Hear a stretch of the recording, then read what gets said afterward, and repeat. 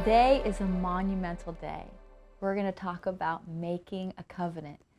That is such a profound way at looking at life, actually, because we are really entering into a commitment with the Lord today to say, Lord, I want your grace to sustain me in my purity. And the cool thing is that when we make a commitment to God, we make a covenant with Him, He is so faithful at upholding His end of the agreement.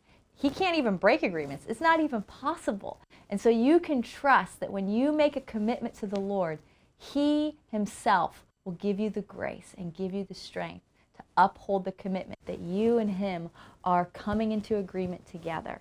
I love, whenever I was a teenager, I remember going to different youth events, and so many times we would talk about purity, we would talk about what we would dream about, and making a covenant with the Lord is something that is sacred, and it's beautiful and it's intimate, because it's not this something that we just carry on and we push the like button or we push a heart button, but asking the Lord to give you a heart to want to come into an agreement with His design for your life, which is walking a life of purity all the way to the altar. And then after marriage, living in that covenant love is such a beautiful price that you'll see you paid off, because when you commit yourself to the Lord, His faithfulness will uphold your purity. His faithfulness will give you the strength and the grace to hold on to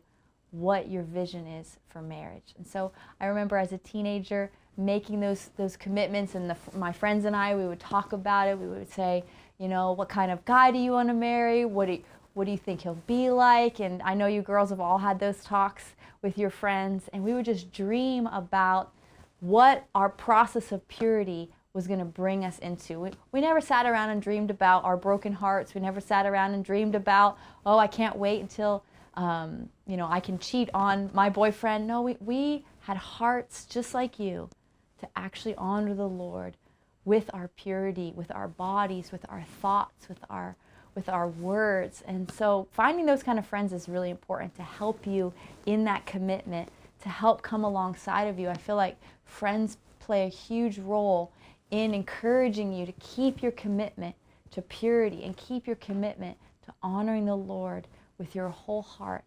especially as you walk this journey of dating and relationships, and not just finding the one, but becoming the one. You've committed yourself to this journey of purity, and I just want to say that the Lord is holding your life together, and His dream for your covenant with Him and His dream for your covenant with your future spouse is beyond anything you could ever imagine. I get to live with an incredible man of God, and it's because I had the eyes to see what a man of purity looked like.